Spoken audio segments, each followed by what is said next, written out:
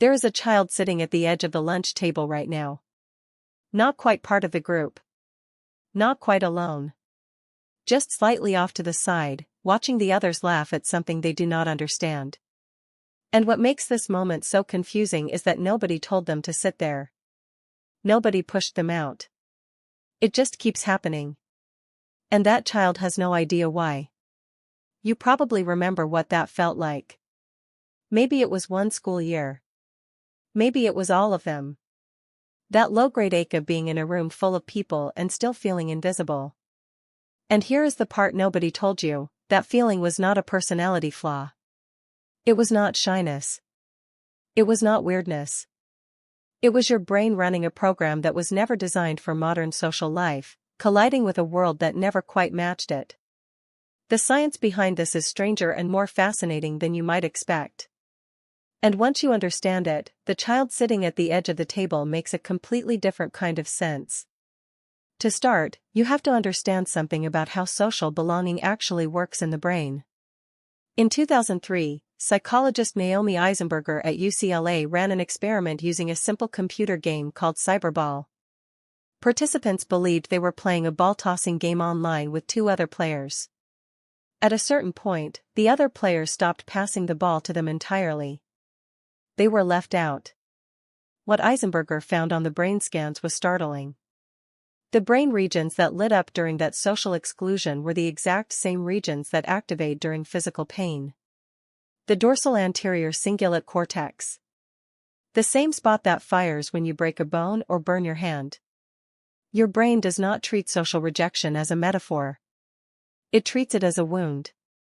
Now imagine a child whose nervous system is slightly more sensitive to that signal. Slightly more tuned to pick up on the moment the group shifts. The inside joke they missed. The invitation that did not come. For most children, these moments register and then fade. For others, the signal stays loud. It echoes. And the brain, trying to protect the child, begins to build a prediction. This is where the neuroscience gets quietly devastating. Your brain is a prediction machine. It does not just react to the world. It constantly models the world, building expectations based on past experience, and then sends you into each new situation carrying those expectations already loaded.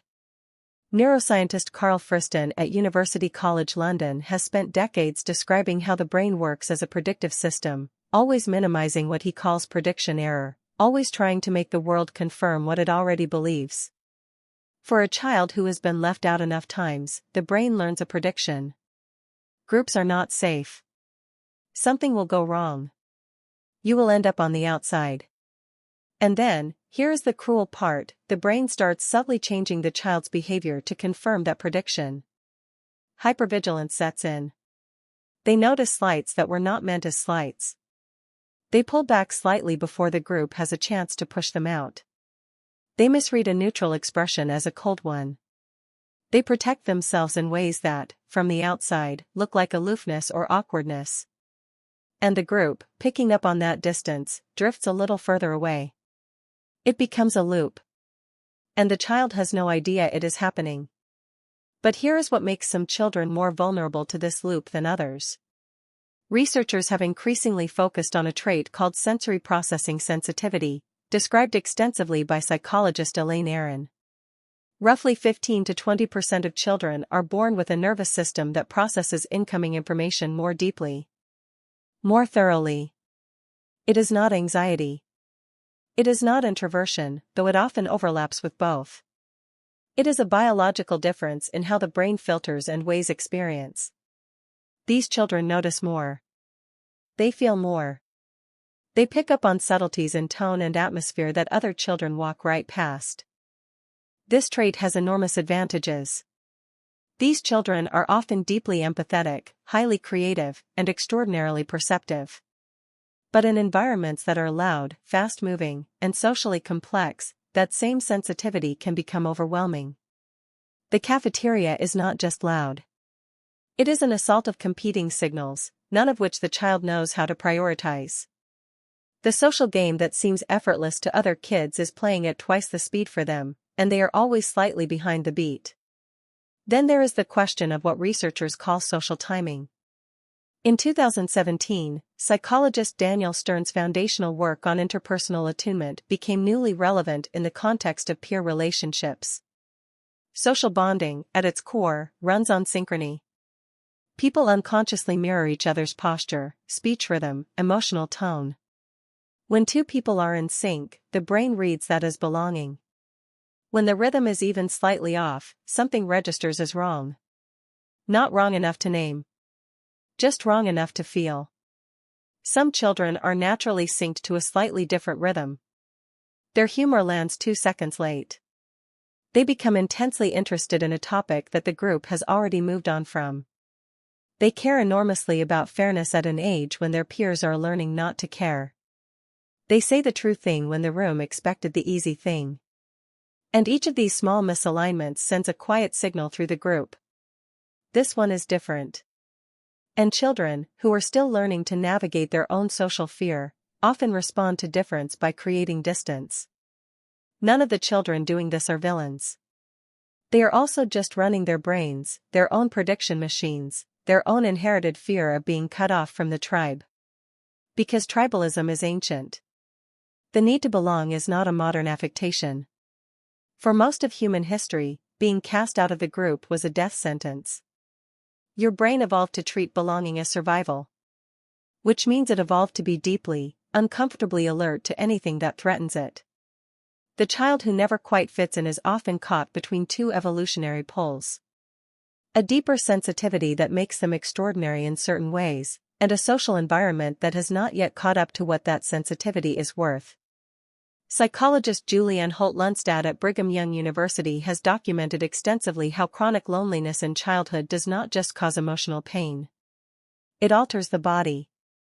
It changes stress hormone levels.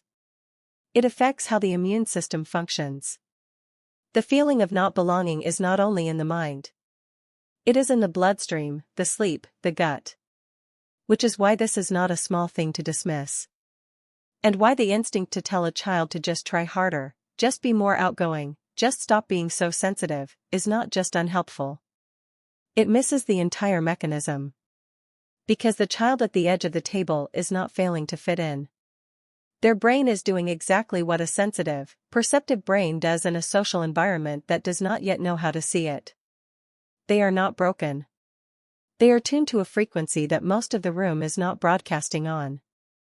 What changes the trajectory for these children is almost never fitting in more. It is finding the one or two people who are broadcasting on the same frequency. Research consistently shows that the protective factor is not broad social popularity. It is a single close friendship. One person who gets it. One person in whose presence the prediction machinery quiets down, because the data has finally shifted. That shift does not require the child to change. It requires the right environment. And when you understand that, the child sitting at the edge of the lunch table looks completely different. Not broken. Not failing. Just waiting. In a room that has not learned to hear them yet. There is a child at the edge of the table right now. And the strange, quietly hopeful truth is that the very thing making it hard for them to belong in that room may be exactly what makes them irreplaceable in the right one.